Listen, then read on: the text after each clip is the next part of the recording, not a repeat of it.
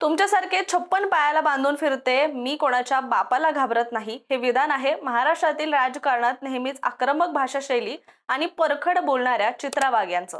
चित्रा वाघ यांचं गेल्या काही दिवसांपासून मनोज जरांगे यांच्यासोबत शाब्दिक वाद सुरू आहेत. तो वाद नेमका काय आहे, चित्रा वाघ नेमक्या कोण आहेत आणि काँग्रेस वाया राष्ट्रवादी भाजपमध्ये प्रवेश करणाऱ्या चित्रा वाघ यांचा राजकीय प्रवास कसा राहिलाय, सोबतच त्यांचे पती कोणत्या घोटाळ्यामध्ये अडकले होते, या सगळ्याबद्दलच आज आपण जाणून घेऊयात. नमस्कार, मी रामेश्वरी आणि तुम्ही पाहताय कट टू कट.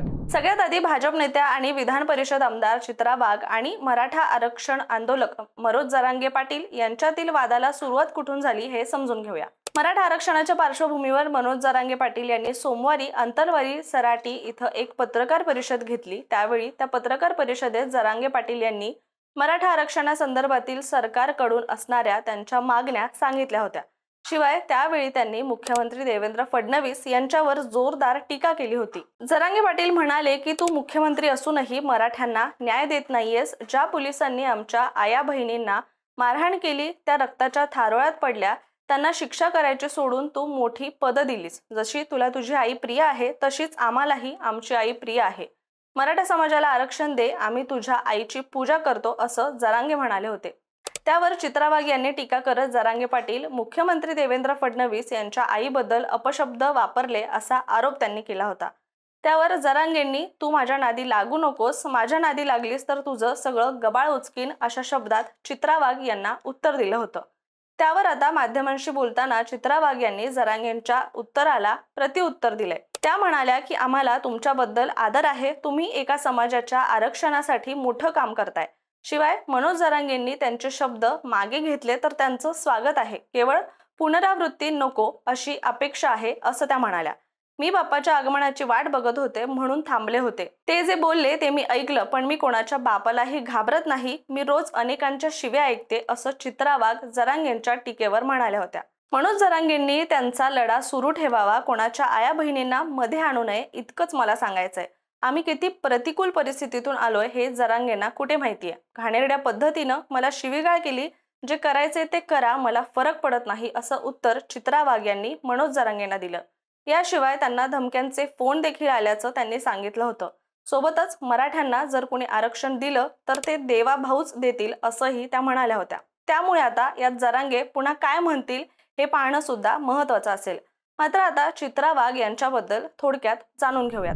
महिलांच्या समस्या संदर्भात आवाज उठवणाऱ्या नेत्या म्हणून चित्रा वाघ यांच्याकडे पाहिलं जातं. मात्र त्यांचे पती किशोर वाघ यांचं नाव लाचलुचपत आणि बेहिशोबी मालमत्तेच्या प्रकरणात चांगलंच गाजलं होतं. किशोर वाघ हे परळच्या महात्मा गांधी रुग्णालयात वैद्यकीय अभिलेख ग्रंथपाल म्हणून कार्यरत होते. या तपासात त्यांच्याकडे 1,43,46,663 रुपये अधिकची संपत्ती आढळून आली होती. त्यांच्या उत्पन्नापेक्षा 90% अधिकची रक्कम त्यांच्याकडे आढळल्याचं समोर आलं होतं. मात्र त्यानंतर या प्रकरणात मोठा ट्विस्ट आला होता. मे 2023 मध्ये मुंबई उच्च न्यायालयाने त्यांच्यावरचे आरोप निरस्त केले आणि त्यांच्या विरोधात ठोस पुरावे उपलब्ध नाहीत असं न्यायालयाने नमूद केलं होतं.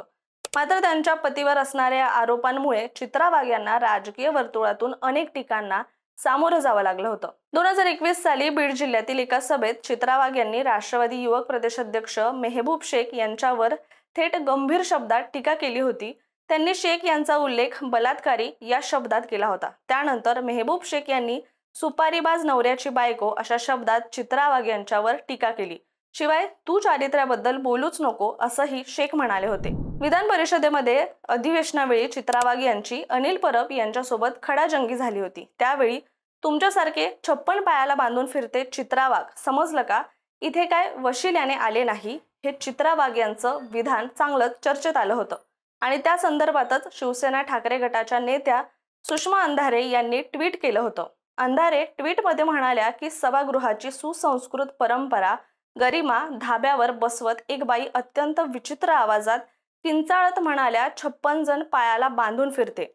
ही भाषा कोणत्या कॉलेजात किंवा कोणत्या शाळेत शिकवली जाते हे माहीत नाही, पण दरवेळी सांगायची गरज काय. त्यांच्या कार्यकर्तृत्वाचा आलेख सांगताना लोक यापेक्षा जास्त आकडा सांगतात, असं सुषमा अंधारे यांनी ट्विटमध्ये म्हटलं होतं.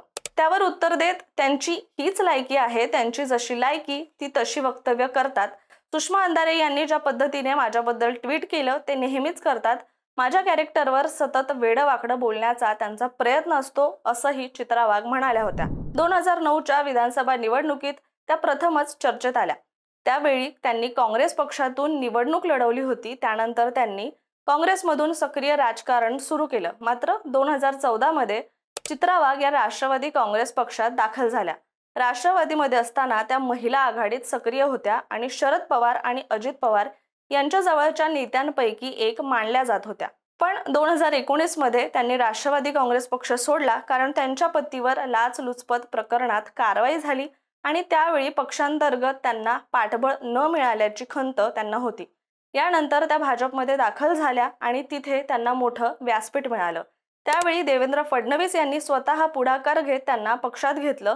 फडणवीस नेहमीच चित्रा वाघ यांच्या आक्रमक आणि जोरदार भाषण शैलीचं कौतुक देखील करतात।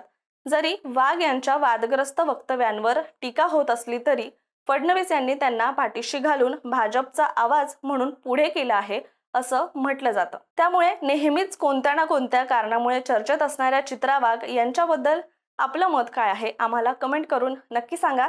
आणि अशाच माहितीपूर्ण व्हिडिओसाठी कट टू कटच्या यूट्यूब चॅनलला आणि इंस्टाग्राम आणि फेसबुकला सुद्धा फॉलो करायला विसरू नका।